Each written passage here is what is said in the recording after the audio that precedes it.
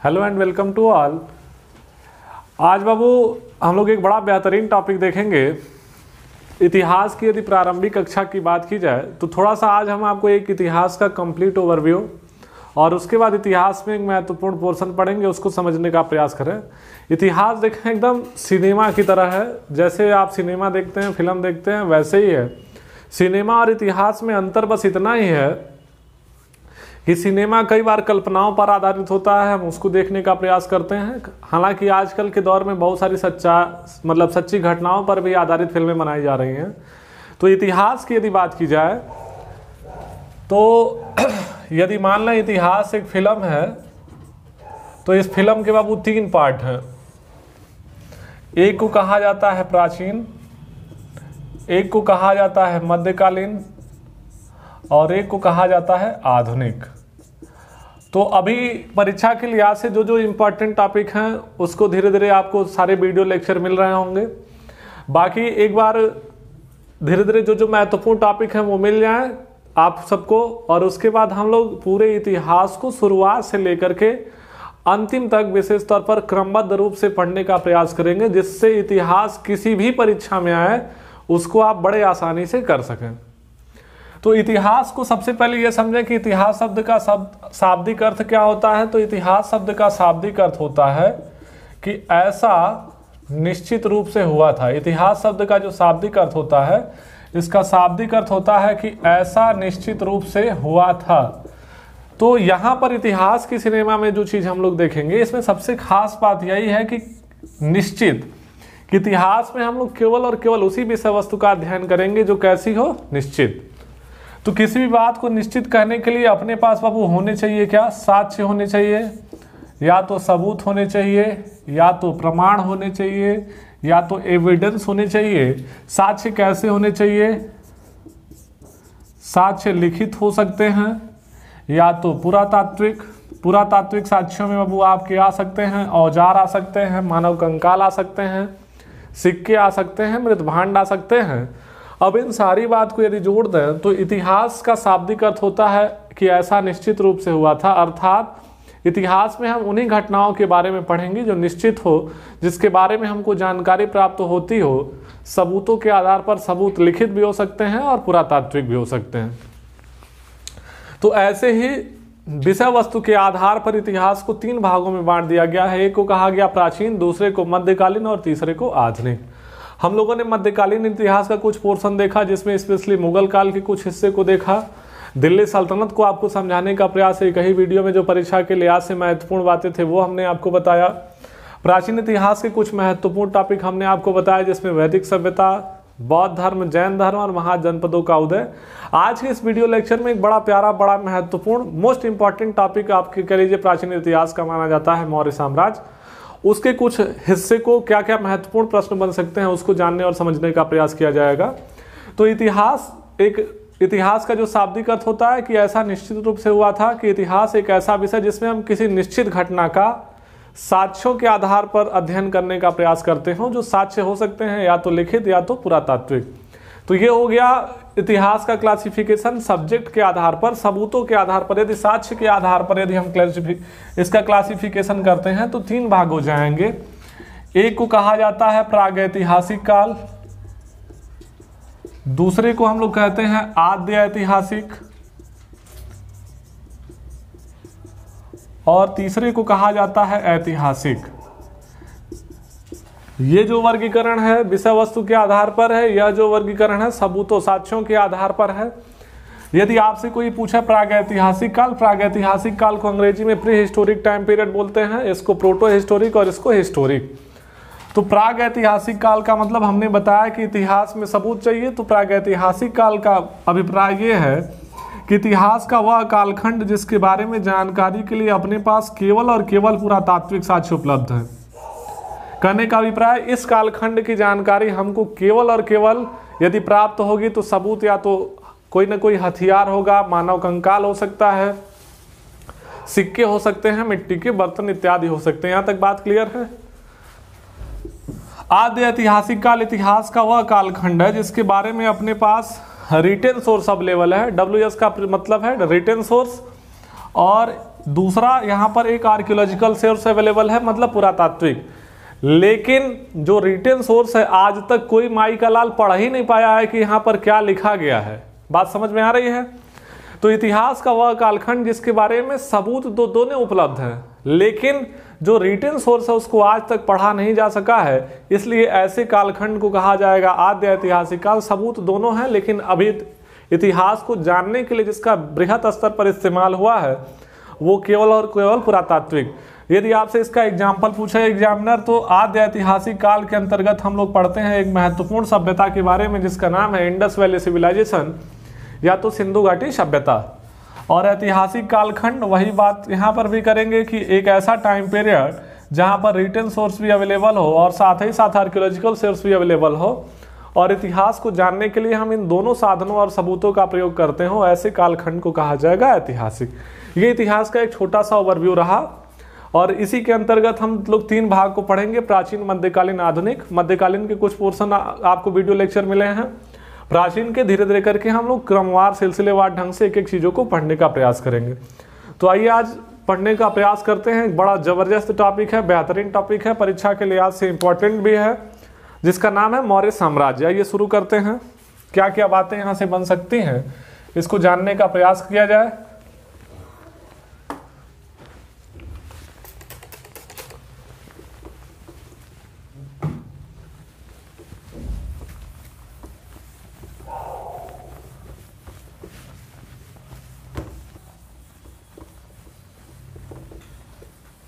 चलिए आइए देखते हैं मौर्य साम्राज्य के बारे में।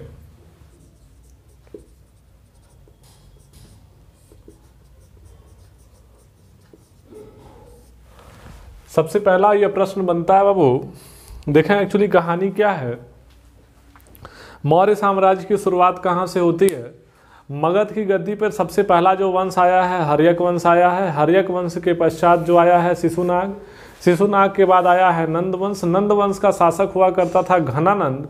घनानंद के शासनकाल में ही भारत पर एक विदेशी आक्रमणकारी का आक्रमण हुआ जिसको हम सिकंदर के नाम से जानते हैं। और उसके पश्चात चंद्रगुप्त मौर्य और चाणक्य जो है नंद वंश के शासन को समाप्त करेंगे और मगध की गद्दी पर एक साम्राज्य आएगा जिसको हम लोग मौर्य साम्राज्य के नाम से जानते हैं। तो यहाँ से क्या क्या प्रश्न परीक्षा के लिए यहाँ से अपने लिए महत्वपूर्ण हो सकते हैं उसको जानने का प्रयास करते हैं। यदि आपसे कोई पूछे कि ये जो मौर्य शब्द आया है, मौर्य शब्द कहाँ से आया है, तो मौर्य शब्द का जो सबसे प्रामाणिक स्रोत माना जाता है, ऐसा माना जाता है कि जो मौर्य साम्राज्य का संस्थापक है, मौर्य साम्राज्य के संस्थापक का नाम है वो चंद्रगुप्त मौर्य। चंद्रगुप्त मौर्य का जो कैसेट है गायब हो गया है, इनके बारे में ठोस जानकारी नहीं है। चंद्रगुप्त मौर्य की माता का नाम हुआ करता था मुरा। इसकी मां का नाम बाबू मुरा रहा है, और इसी मुरा नाम से ही ऐसा माना जाता है कि मौर्य की उत्पत्ति हुई है। तो पहला मौर्य साम्राज्य में जो मौर्य शब्द आया है कि ये मौर्य शब्द, इसकी मां का नाम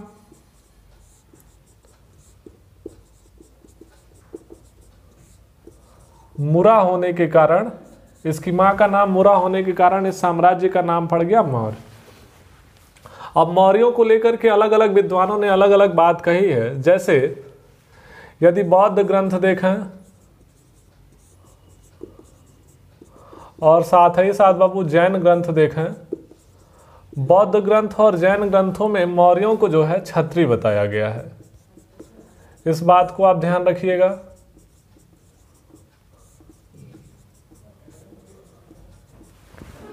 इसके अलावा मौर्यों के लिए अपने पास जानकारी का स्रोत क्या है? अगला प्रश्न आपसे पूछ सकता है कि मौर्यों के लिए जानकारी का स्रोत क्या है। मौर्यों की जानकारी के स्रोत में देखेंगे तो एक बड़ा महत्वपूर्ण ग्रंथ है मेगास्थनीज का। मेगास्थनीज की एक किताब है जिसका नाम है इंडिका। चाणक्य की बाबू एक किताब है, चाणक्य की किताब का नाम है अर्थशास्त्र। एक किताब का नाम है बाबू कथा सरित सागर, कथा सरित सागर। कथा सरित सागर किताब है सोमदेव की। एक विद्वान है बाबू जिनका नाम है क्षेमेंद्रनाथ। क्षेमेंद्रनाथ की किताब है जिसका नाम है बृहद कथा मंजरी। बृहद कथा मंजरी। एक विद्वान है बाबू जिनका नाम है विशाख दत्त। विशाख दत्त की किताब का नाम है मुद्रा राक्षस। और इसी मुद्रा राक्षस किताब में चंद्रगुप्त मौर्य को सीएम शब्द से रिप्रेजेंट किया जा रहा है। चंद्रगुप्त मौर्य को ब्रिसल शब्द से संबोधित किया गया है, इस बात को ध्यान रखेंगे। बहुत बार ये प्रश्न पूछा गया है। ब्रिसल शब्द का जो शाब्दिक अर्थ होता है, ब्रिसल का जो शाब्दिक अर्थ होता है, इसको आप ध्यान रखेंगे। ब्रिसल का शाब्दिक अर्थ निम्न कुल में पैदा होने वाला, निम्न कुल में पैदा होने वाला। इसके अलावा हमको मौर्यों के बारे में जानकारी कहाँ कहाँ से प्राप्त होती है? मौर्य वंश की जानकारी के लिए एक बड़ा महत्वपूर्ण स्रोत है बाबू विष्णु पुराण। इसके अलावा दीपवंश और महाबोधि, दीपवंश और महावंश, ये दो महत्वपूर्ण बौद्ध ग्रंथ रहे हैं। इनको श्रीलंका का महाकाव्य कहा जाता। श्रीलंका का महाकाव्य, इसको आप ध्यान रखेंगे। यहाँ से भी हमको मौर्यों के बारे में जानकारी प्राप्त होती है। साथ ही साथ एक जैन ग्रंथ है जिसका नाम है परिशिष्ट पर्वन, परिशिष्ट पर्वर्मन। यहाँ से भी हमको मौर्य वंश के बारे में जानकारी प्राप्त होती है। तो मौर्य वंश की जानकारी के लिए अपने पास इतने महत्वपूर्ण साधन और स्रोत हैं जहाँ से हमको मौर्य वंश के बारे में जानकारी प्राप्त होती है। मौर्य साम्राज्य का जो संस्थापक है इसका नाम चंद्रगुप्त मौर्य है। चंद्रगुप्त मौर्य के गुरु का नाम यदि आपसे कोई पूछा कि चंद्रगुप्त मौर्य के गुरु का नाम, तो चंद्रगुप्त मौर्य के गुरु का नाम बाबू चाणक्य। चाणक्य का ही एक नाम है कौटिल्य। चाणक्य का ही एक नाम है विष्णुगुप्त। चाणक्य का ही एक नाम है अंशुल। ये सारे नाम चाणक्य के ही हैं, इस बात को आप ध्यान रखेंगे। तो चंद्रगुप्त मौर्य और चाणक्य, इन दोनों लोगों ने मिलकर के नंद वंश को समाप्त किया और नंद वंश की समाप्ति के पश्चात मगध की गद्दी पर मौर्य वंश का उदय हुआ। मौर्य वंश के बारे में जानकारी इन तमाम ग्रंथों के माध्यम से मौर्य वंश के बारे में हमको जानकारी प्राप्त होती है। अब चंद्रगुप्त मौर्य को लेकर के अलग अलग विद्वानों ने क्या बताया? चंद्रगुप्त मौर्य के बारे में यदि आप देखें तो बौद्ध ग्रंथ और जैन ग्रंथों में इसको क्षत्रिय बताया गया है। एक महत्वपूर्ण इतिहासकार रही हैं जिनका ज़्यादातर रिसर्च माना जाता है कि मौर्य साम्राज्य पे रहा। यद्यपि उनके ऊपर बहुत सारे आरोप हैं, फिर भी यदि परीक्षा के लिहाज से देखें तो यहाँ से इस प्रश्न को आप ध्यान रखेंगे। रोमिला थापर एक इतिहासकार हैं। रोमिला थापर ने मौर्यों को बाबू वैसे बताया है, इस बात को ध्यान रखेंगे। इसके अलावा चंद्रगुप्त मौर्य को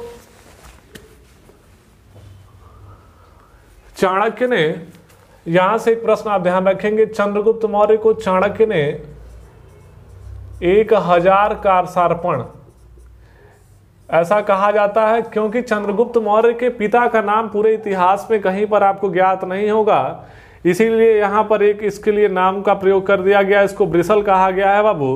ब्रिसल का शाब्दिक अर्थ होता है, ब्रिसल का शाब्दिक अर्थ होता है निम्न कुल में पैदा होने वाला। ठीक है। इसके अलावा चाणक्य से कुछ और बातें देख सकते हैं। चाणक्य को बाबू पूर्वी पेप्स कहा गया है, इस बात को आप ध्यान रखेंगे। साथ ही साथ चाणक्य को भारत का मैकियावेली कहा गया है। मैकियावेली की एक किताब है बाबू जिसका नाम है प्रिंस, इस बात को भी आप ध्यान रखेंगे। यहां से एक महत्वपूर्ण जानकारी, तो चंद्रगुप्त मौर्य के पिता का नाम नहीं क्लियर है, इसलिए इसकी माता के नाम पर ही पूरा यह वंश आधारित है। इसके अलावा कुछ लोग बताते हैं कि इन लोग मौर्य जनजात के हुआ करते थे, जिनका मुख्य रूप से कार्य मोर पालने का हुआ करता था। उसी के आधार पर ये सारी चीजों का नामकरण हुआ है। अब यहां से और क्या क्या प्रश्न बन सकते हैं। चंद्रगुप्त मौर्य का यदि आपसे कोई पूछे कि पूर्व में शासन था, पूर्व में बंगाल तक इसका शासन हुआ करता था, पूर्व में बंगाल तक शासन, इसके बाद की जानकारी का स्रोत क्या है, तो आप बताएंगे महास्थान अभिलेख। महास्थान अभिलेख से हमको इस बात की जानकारी प्राप्त होती है कि चंद्रगुप्त मौर्य का जो शासन था, जो साम्राज्य था, पूर्व में बंगाल तक हुआ करता था। इसके अलावा चंद्रगुप्त मौर्य ने मौर्य साम्राज्य का दक्षिण भारत में विस्तार किया था। चंद्रगुप्त मौर्य के शासन का साम्राज्य का दक्षिण भारत में विस्तार था। यदि आपसे कोई पूछे कि इस बात की जानकारी हमको कहाँ से प्राप्त होती है, तो आप बता देंगे आहनानूर नामक ग्रंथ से। आहनानूर नामक ग्रंथ से हमको इस बात की जानकारी प्राप्त होती है कि चंद्रगुप्त मौर्य का साम्राज्य दक्षिण भारत में भी इसका विस्तार हुआ था। इसके अलावा एक महत्वपूर्ण युद्ध होगा, सिकंदर का जो सेनापति है सेल्यूकस निकेटर, सेल्यूकस निकेटर और चंद्रगुप्त मौर्य के बीच में 305-304 ईसा पूर्व में एक युद्ध होगा। तो आइए देखते हैं उस युद्ध के बारे में, वहां से क्या क्या प्रश्न बन सकते हैं। Chandragupta Maurya versus Seleucus Nicator. Seleucus बाबू सोच रहे थे कि जो काम सिकंदर नहीं कर पाए यह काम यह कर लेंगे, लेकिन इनको नहीं पता है कि अब मगध की गद्दी पर चंद्रगुप्त मौर्य बैठा हुआ है, जिसके बारे में, चंद्रगुप्त मौर्य के बारे में इतिहासकार जस्टिन ने चंद्रगुप्त, यहां से एक और बढ़िया प्रश्न आप देखेंगे, चंद्रगुप्त मौर्य की सेना को इतिहासकार जस्टिन ने डाकुओं का गिरोह कहा है। इस बात को आप ध्यान रखेंगे, डाकुओं का गिरोह। यहां तक बात क्लियर है। तो Chandragupta Maurya versus Seleucus Nicator, यह जो लड़ाई हुई है 305-304 ईसा पूर्व में लड़ाई हुई है। इस लड़ाई में परिणाम क्या हुआ, सेल्यूकस निकेटर की हो गई पराजय। जब अब पराजय होगी तो चंद्रगुप्त मौर्य और सेल्यूकस निकेटर में होगा समझौता। सेल्यूकस निकेटर माफी मांग रहे थे चंद्रगुप्त मौर्य से, कहे भैया माफ कर दीजिए। अब चंद्रगुप्त मौर्य माफ करने जा रहे थे, तब तक फिल्म में एंट्री होगी चाणक्य की, कहे बेटा इसे नहीं माफ करेंगे, सुने हैं तुम्हारी एक ठो बिटिया है, कहे बिल्कुल सही सुने हैं, कहे हैं तो लाइए हमारे भी राजा साहब हैं। तो चंद्रगुप्त मौर्य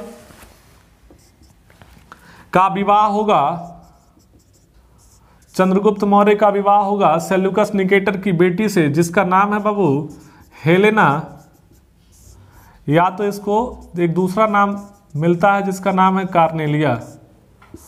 अब चाणक्य का दिमाग देखिए, चाणक्य ने कहा कि जो तुम्हारे पास विजित इलाका है जिस पर तुम राज कर रहे हो, ऐसा करो बेटा कि वो सारा क्षेत्र तुम अपने दामाद को दहेज के रूप में दे दो, जिससे आगे चल करके कोई मैटर वैटर लिखा तो भैया ये पता चला कि आपने दहेज में वो सारा कुछ दिया हुआ है।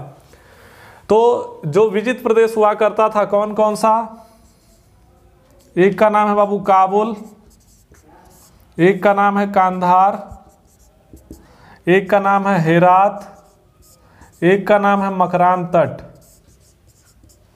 काबुल, कांधार, हेरात और मकरान तट को सेल्यूकस निकेटर ने चंद्रगुप्त मौर्य को दहेज में दे दिया। अब चंद्रगुप्त मौर्य भाई दामाद हो गए, तो चंद्रगुप्त मौर्य कहे कि अब कोई बात नहीं है। चंद्रगुप्त मौर्य ने सेल्यूकस निकेटर को 500 हाथी उपहार में दिया था, इस बात को भी आप ध्यान रखेंगे। तो यहाँ से इस प्रकार की ये कहानी आपकी कंप्लीट हुई। इसके अलावा प्रश्न आपसे पूछा जाता है कि चंद्रगुप्त मौर्य को जैन धर्म की दीक्षा किसके द्वारा दी गई थी, तो चंद्रगुप्त मौर्य को जैन धर्म की जो दीक्षा है जैन गुरु भाद्रबाहु के द्वारा दी गई थी। और इन्हीं जैन गुरु भाद्रबाहु के साथ अपने जीवन के अंतिम समय में चंद्रगुप्त मौर्य चले जाएंगे दक्षिण भारत स्थित श्रवणबेलगोलम कर्नाटक, और जैन धर्म में प्रचलित संलेखना या संथारा के द्वारा अपने प्राण त्याग देंगे। ये कहानी और बता दें आपको, चंद्रगुप्त मौर्य की एक दूसरी पत्नी है जिनका नाम हुआ करता था बाबू दुर्धरा। तो 1000 ये जो कारसार्पण है, कारसार्पण का अर्थ होता है चांदी का सिक्का। मौर्य साम्राज्य में तो 1000 कारसार्पण में जब इसको खरीदा गया था तो तत्कालीन समय में हुआ कुछ ऐसा था कि राजद्रोह में या कह लीजिए कि षड्यंत्रों में विशेष तौर पर जहर देकर के लोगों को मारने का प्रचलन हुआ करता था। तो चंद्रगुप्त मौर्य को ट्रेनिंग के दौरान चाणक्य ने हल्के हल्के डोज का जहर का अभ्यास कराया आगे चल करके, जिससे चंद्रगुप्त मौर्य को यदि कोई षड्यंत्रों में जहर भी दे तो कोई दिक्कत ना हो। कहने का अभिप्राय यह है कि चंद्रगुप्त मौर्य के जो भोजन हुआ करता था उसमें कुछ अंश जहर का हुआ करता था। अब हुआ क्या, फरवरी महीना था, प्रेम का महीना कहा जाता है। तो दुर्धरा को बाबू एक दिन उमड़ा प्रेम और चंद्रगुप्त मौर्य से कही कि भैया आज साथ में खाएंगे और आप ही के हाथ से खाएंगे, आप ही खिलाएंगे। अब चंद्रगुप्त मौर्य को तो ये मैटर पता है, लेकिन दुर्धरा को ये मैटर नहीं पता है कि ये रोज जहर भी खाते हैं। चंद्रगुप्त मौर्य समझा रहे थे कि देखो बेटा मान जाओ, रहने दो नहीं तो गड़बड़ हो जाएगा। दुर्धरा कही भैया खिला दीजिए नहीं तो नस काट लेंगे, गड़बड़ हो जाएगा, है कि नहीं। अब चंद्रगुप्त मौर्य की बात को नहीं मान रही हैं दुर्धरा। अब चंद्रगुप्त मौर्य को मजबूरन खिलाना पड़ेगा दुर्धरा को। और दुर्धरा उस समय गर्भ से हुआ करती थी। दुर्धरा को जैसे ही भोजन कराया जाएगा दुर्धरा की बाबू तबीयत गड़बड़ हो जाएगी। आनंद फानंद में हॉस्पिटलाइज करवाया गया दुर्धरा को। डॉक्टर कहेंगे कि या तो बेटा बचेगा या तो यह दुर्धरा बचेंगे। फोन किया गया तुरंत भैया चाणक्य को, कहे महाराज आइए मैटर गड़बड़ हो गया है। कहे क्या हो गया, तो पूछा गया तो उन्होंने बताया कि वो देखें अब राजवंश आ रहा है, आने दीजिए, बहुत ज़्यादा इमोशनल नहीं होना है। तो इसी कांड के बाद दुर्धरा की बाबू हो जाएगी मृत्यु। और जो इनके शरीर में कुछ अंश जहर का गया था वो जहर बच्चे के माथे पर कुछ बिंदु के रूप में रह गया। चाणक्य कहे टेंशन ना लीजिए, बिंदुसार आ गए हैं। बिंदुसार की कहानी जानने के लिए कि बिंदुसार कब और कैसे आए हमने आपको बता दिया। बिंदुसार की कहानी को जानने के लिए बने रहिए हमारे साथ। अगले एपिसोड में बिंदुसार के बारे में विस्तार से चर्चा होगी। आज के एपिसोड में बस इतना ही। यदि आज का एपिसोड आपको अच्छा लगा हो तो चैनल को सब्सक्राइब करें, वीडियो को शेयर करें, लाइक करें।